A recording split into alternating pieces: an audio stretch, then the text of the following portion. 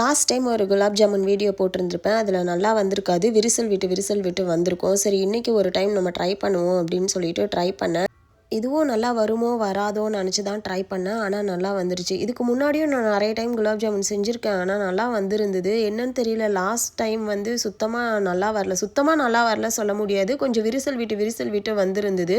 இந்த டைம் இந்த உருண்டை பிடிக்கலாம் நல்லா தான் வந்திருந்தது. ரொம்ப விரிசல் விட்ட மாதிரி தெரில. ஆனால் இந்த பொரிச்சு எடுக்கும்போது மட்டும் அந்த விரிசலாக வந்திருந்ததுனால, ஆனால் இது சுகர் சிரப்பில் ஊற வைக்கும்போது நமக்கு எப்படி கிடைக்கும்னு தெரியலையே. மறுபடியும் அதே மாதிரி விரிசல் விட்டு கிடைக்குமா இல்லை நல்லா கிடைக்குமா அப்படின்னு ஒரு பயத்திலேயே இருந்தேன். ஏன்னா நைட்டு சாமிக்கு வேற வைக்கணுமே அப்படின்னு சொல்லிட்டு.